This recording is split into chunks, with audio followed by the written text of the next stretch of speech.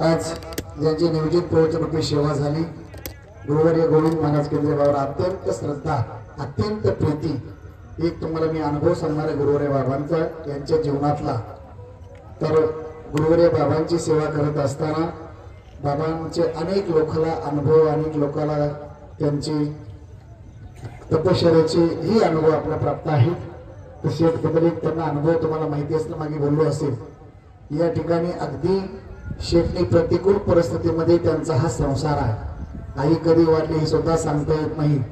एकदा बालपणातून या ठिकाणी कष्ट करून एक उद्योजक म्हणून या ठिकाणी कर्म केलं। एवढंच कर्म करत नाही तर दान क्षेत्रामध्ये अनेक ठिकाणी त्यांचं दातृत्व आहे।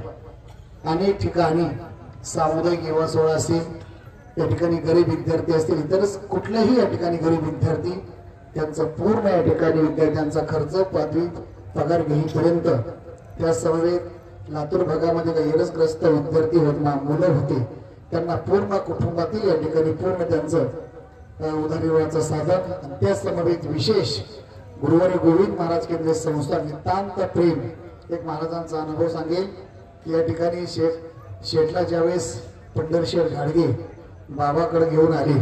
मी बाबाकडे घेऊन आल्यानंतर बाबांचं सर्वच माहिती होतं की बाबांच्या सानिध्यात जो माणूस येईल होती तुमची कृपा पशु बोले वेद। बाबांचा शब्द मुखातून जाईल तो कधीच असत्य ठरला सत्यच ठरला। कारण माझ्या सत्यवादाची तप वाचा बहुत केली कल्प परी फळाचे महादीप पातळ प्रभो। ज्ञानवऱ्या सांगतात माझ्या मुखातून शब्द जाईल तो ज्ञानेश्वरीचं सत्यच असेल कारण ती वाणीच प्रसादिक बाबांची होती।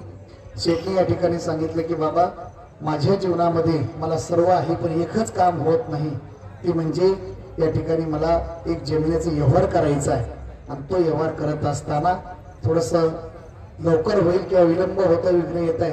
बाबा म्हणले हो जर काळजी करू नको। आणि त्याच वर्षी 7 ते 9 एकर मध्ये मला वाटतंय 7 ते 9 एकर जमीन एकाच जवळ एका बांधा लगत त्याच वर्षी शेठनी घेतली आणि घेतल्यानंतर पुन्हा संकल्प केला काय यामध्ये पेरायचं तर गहू पेरले 7 एकर मध्ये आहे ना 7 एकर ना 11 एकर जेव्हा जमीन आणि 11 एकर मध्ये गहू पेरले। गहू पेरल्यानंतर बाबांना बोलवलं विष्णू सहस्त्रनाम बाबांनी तिथे शेतात घेतले त्याचा मी सुद्धा साक्षीदार आहे। मी सुद्धा बाबांच्या समेत विष्णू सहस्त्रनामाला पाठीमागे होतो आणि 11 एकर मध्ये गहू घेऊन बाबांना भोजन घरी केलं। एक गव्हाचा कण सुद्धा स्वतःच्या घरी घेऊन गेले नाही ट्रक शेतातून पाठवली। ते आळंदी संस्थानला ड्रायव्हरला सांगितलं संस्थेमध्ये पाणी सुद्धा तू प्यायचं नाही। कामगारला सांगितलं तिथे भोजन सुद्धा करायचं नाही। स्वखर्चाने 11 एकर मध्ये जेवढा काही गहू होईल तेवढा गहू गुरुवर्य गोविंद महाराज केंद्रीय संस्था दिंडी क्रमांक 23 स्फूर्त केला आणि तेव्हापासून आज तागायत या ठिकाणी शेठची सेवा असते। याही वर्षी अगदी गावामध्ये वाजत गाजत गव्हाची माझ्या व्हॉट्सअपला बघितलं असं तुम्ही पाहता फेसबुकला वाजत गाजत या ठिकाणी गव्हाची मिरवणूक गाडीची मिरवणूक काढून 15 क्विंटल गहू दिंडी क्रमांक 63 वारकऱ्या करता 1 नंबरची क्वालिटी 1 नंबरची चपाती अशी व्हावी म्हणून 15 क्विंटल गहू शेठने या ठिकाणी दिले। तेही बद्दल आपण त्यांना धन्यवाद देऊ। त्यांचं स्वागत या ठिकाणी होत आहे। त्याच्या अगोदर एक छोटीशी सूचना की गेली 22 ते 24 वर्ष झालं समर्पण हॉस्पिटल शिल्लोड डॉक्टर सुहास जगताप साहेब हे सुद्धा या ठिकाणी येत आहेत। त्यांना विनंती आपण पुढे यायचं। त्याच्या अगोदर आज ज्यांचं प्रवचन झालं भास्कर शेठ हरिभक्त भास्कर शेठ गाडगे पाटील यांच्या ठिकाणी स्वागत होत आहे। या ठिकाणी त्यांना फेटा बांधून स्वागत या ठिकाणी करावं।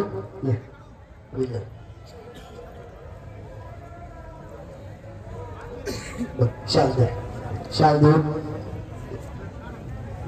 उठू नका एक मिनिट।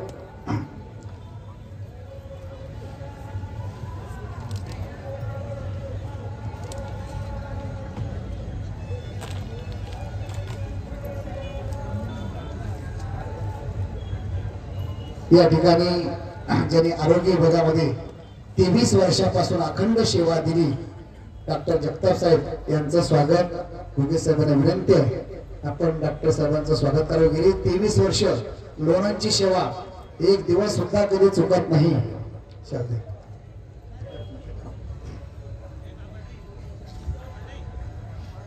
23 वर्षापासून एक त्यांचं उदाहरण सांगेल. त्यांच्या आई दिंडी चालत होत्या. चालत असताना बाबांच्या समोर चेक टाकला. यांच्या फादरनी किती आकडा टाकू. बाबांनी पाठीवर हात टाकला. डॉक्टर साहेबांच्या एकच वाक्य सांगितलं, मला तुझे चेक नको, फक्त देर असेल तर मला सांग की लोणंदला माझ्या वारकऱ्याकरता एक दिवस फक्त दे. दवाखाना बंद करून तेव्हापासून 23 वर्ष या ठिकाणी होत आहे. बघा, सकाळी गाड्या सोडत नाही पण रात्री मुक्कामाला लोणंद आले स्वतः. मी जातोय वर्षाला 2-3 वेळेस त्यांच्या घरी, तर भेट सुद्धा नाही, भेट होत नाही, सातत्याने बिझी असतात. पण वारकऱ्यांची सेवा रात्री तर मुक्कामाला येऊन सकाळी 9 वाजल्यापासून आपली वाट बघतायत आणि अगदी 23 वर्षापासून अखंड सेवा या ठिकाणी करतायत. त्यांचं या ठिकाणी स्वागत होत आहे आणि दिंडीला पूर्ण गुळ दिलाय. आता यांचं या ठिकाणी स्वागत करू. दांडेगावकर, वसईकर, येडूरकर, वाडेकरी, दांडेगावकर, वसईकर, येडूरकर, फुलोरचे मंडळी सगळे वाडे आपण या ठिकाणी स्वयंपाकघराकडे जावं. नरेश कांतीला जोशी यांचं सुद्धा फेटा बांधून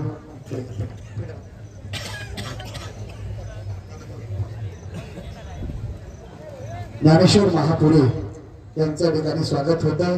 भास्करशिव प्रतिष्ठा यांचं सर्वांचं आजच्या पंक्तीला सर्वांचं या ठिकाणी स्वागत संकल्प सोडण्याकरता होत आहे. पूर्ण गोळ दिल्याबद्दल प्रथम आले. चला महापुरे काका पुढे यायचंय.